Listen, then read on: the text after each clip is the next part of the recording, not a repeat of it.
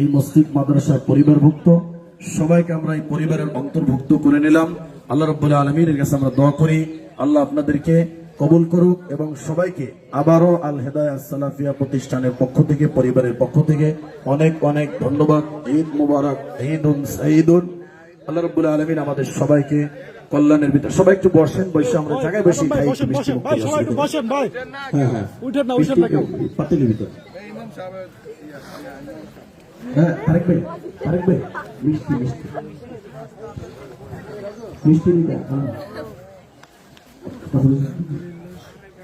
বলে টাকা বললাম না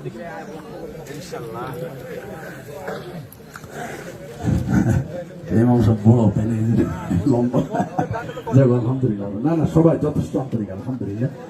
মসজিদেও দিচ্ছে, ইমামকেও দিচ্ছে, সবাই দিচ্ছে আলহামদুলিল্লাহ। আমরা খুশি, সবার প্রতি আমরা সন্তুষ্ট আলহামদুলিল্লাহ।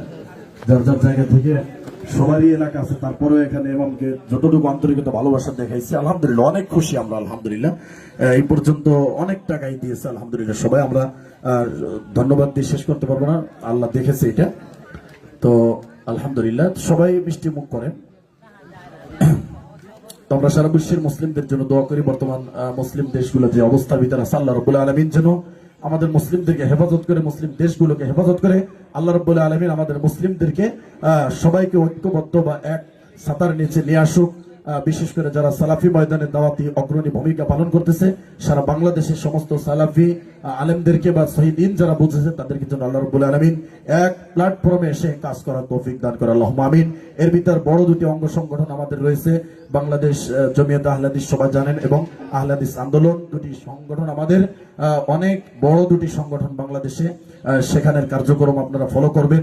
বিভিন্ন ইজতেমা হয় বা বিভিন্ন প্রোগ্রাম হয়, সেখানে আমরা সবাই যাব। সবাই আমরা সেখানে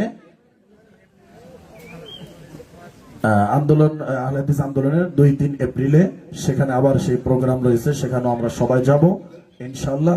আকুলু কওলি হাযা আস্তাগফিরুল্লাহ লি ওয়া লাকুম ওয়া লিসাইরিল মুসলিমিন ফাস্তাগফিরুহু ওয়া তুবু ইলাইহি ইন্নাহু হুয়াত তাওয়াবুর রহিম।